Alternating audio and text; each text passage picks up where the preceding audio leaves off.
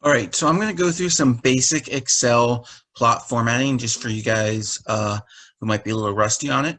This is Word, Microsoft Excel in for Windows, so it might be slightly different for the Mac, but here are the basics. So first of all, so if we have all this data in a table that we collected from if we experimentally collected these data points, right? So there's going to be some error associated with them. The line that we actually, that theoretically it should be is y is equal to negative, y is equal to 4x plus 9 minus 100. Sorry about that. So we need to create a plot of this. So how we can do that is we can go to insert, right? And we're going to insert a scatter plot, right? So it's going to actually kind of give you suggestions for it. I'm going to show you how to edit those.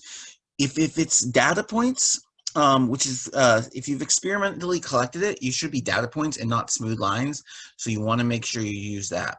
Also make sure that you do not use this 2D line option, or you're going to get some weird things that you don't necessarily want. So make sure, again, when you're using the plots, that you're actually plotting them with a scatter plot.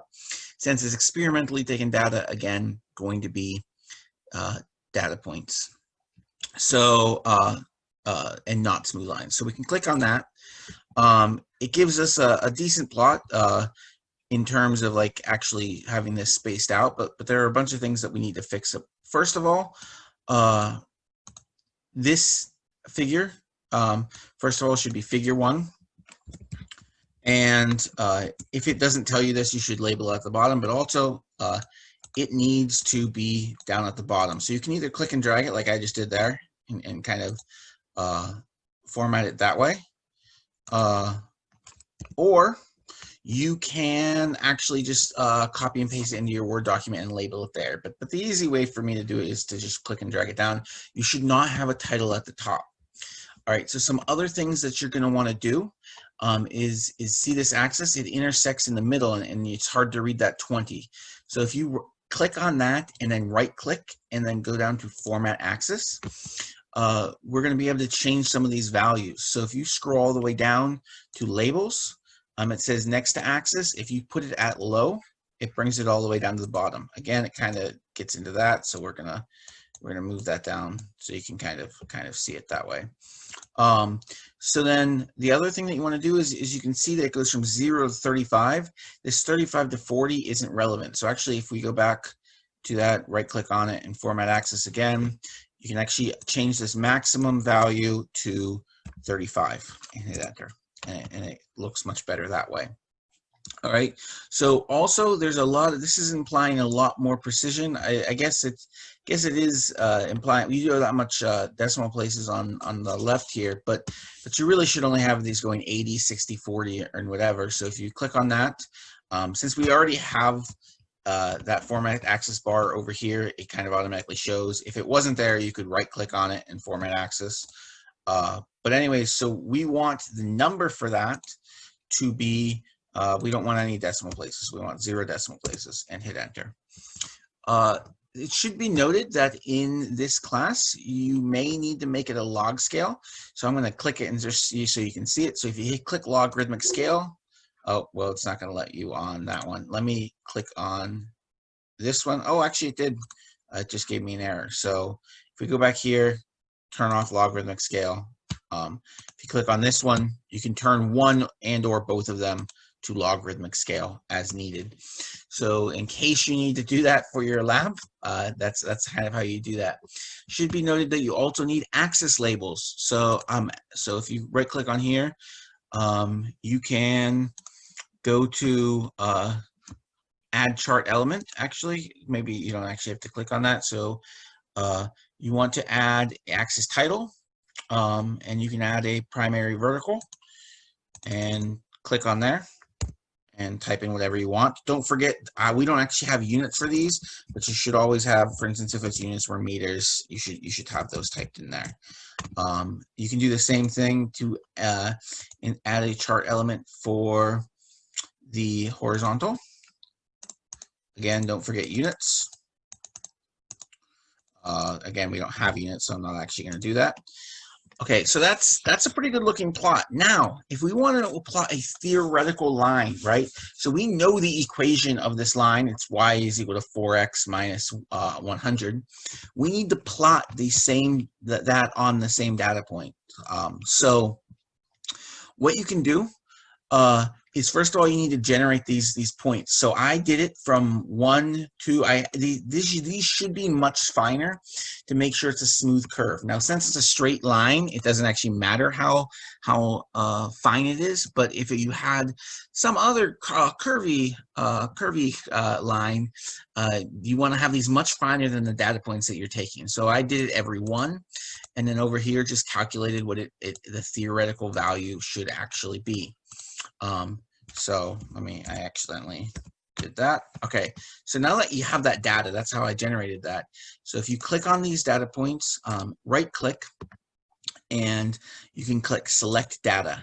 And this is actually how, if for some reason when you inserted your plot, it did not give you the right one, right? So here, if you can click edit, if it did not give you the right one, so in theory, the series name for this is actually Y, so you should actually click on that. The X values, hit my touch screen. So the X values that you want, you can just select your X values. Okay, looks like I created too many sheets here. So just make sure it looks like that. And then if you were to select your Y values, you could select them as needed by kind of deleting this or hitting this button and actually just physically selecting that. All right, and then hit enter. So we click OK, but anyway, so that was already set up for us, so that's how you could fix it. But what you can do now is you can add data. So if you click add, the series name, we'll call it theoretical, if I can spell. The X values we want as these all the way down to 35. The Y values, I guess we'll just use this button and click all of those and hit enter. All right, so, and then we can click OK. Now, you should do, actually, I suppose this Y should actually be renamed to experimental.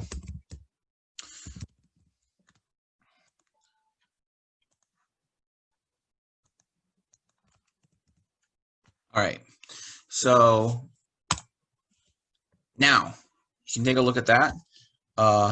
Looks like oh, okay, you can't tell because it actually, oh, that's interesting that the data is slightly shifted. So my theoretical curve was a little bit higher. I didn't actually know that when I generated the data, but I guess that can make sense. So anyway, so you'll note that the theoretical data is all points. Now, if it's a theoretical curve, it should be a smooth line. So actually, if you click on it and then you right click, you can change series chart type. So if you click that, you can change one or both of these to smooth line. So you actually want to go to, again, XY scatter. Don't make it a line. You make sure you do XY scatter. You want to just use a smooth line. Click OK, and that's that line right there. So you also want to add a legend.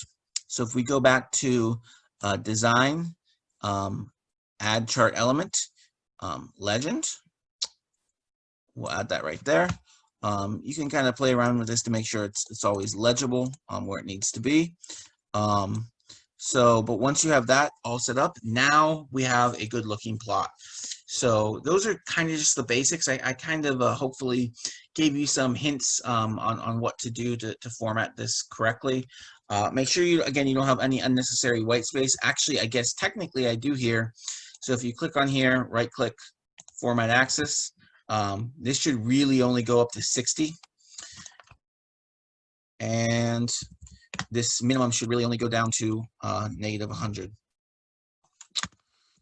All right, so that's kind of getting rid of that unnecessary white space. Make sure we have the axes labeled, logarithmics if necessary, which we can do down here, and then sorry, down here for the logarithmic, and then the labels can be changed in terms of the label position, because if we do higher, lower, or next to axis, I suppose it doesn't actually change for that one, but if you did it for this one, you can change the position so it actually isn't doesn't really look good. So you make sure you change that to low. All right, so that's about it for a quick little demo on how it should work. Obviously, you can include these all in your lab report.